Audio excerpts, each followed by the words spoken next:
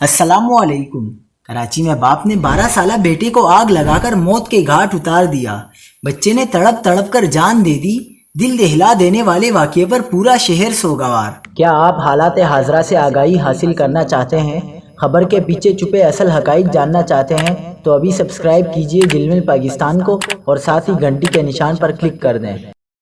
آپ کو بتاتے چلیں کہ اورنگی ٹاؤن میں باپ نے پڑھائی نہ کرنے پر 12 سالہ بیٹے کو آگ لگا دی، جس کے باعث بچہ جھلس کر جاں بحق ہو گیا۔ افسوسناک واقعہ اورنگی ٹاؤن سیکٹر 11.5 میں 14 ستمبر کو پیش آیا۔ رئیس امروہی کالونی کے بے رحم شخص نذیر نے اپنے 12 سالہ بیٹے شہیر کو صرف اس لیے تیل چھڑک کر آگ لگا دی کہ اس نے اسکول کا ہوم ورک نہیں کیا تھا۔ زخمی حالت میں شہیر کو پہلے قطر اسپتال اور پھر سول اسپتال برنز وارڈ منتقل کیا گیا۔ اسپتال پہنچنے کے 35 گھنٹوں بعد شہیر جان کی بازی ہار گیا۔ بیٹے کی دردناک موت کے 2 دن بعد ماں نے اپنے شوہر کے خلاف مقدمہ درج کرا دیا۔ بچے کی دردناک موت پر پورا خاندان غم سے نڈھال۔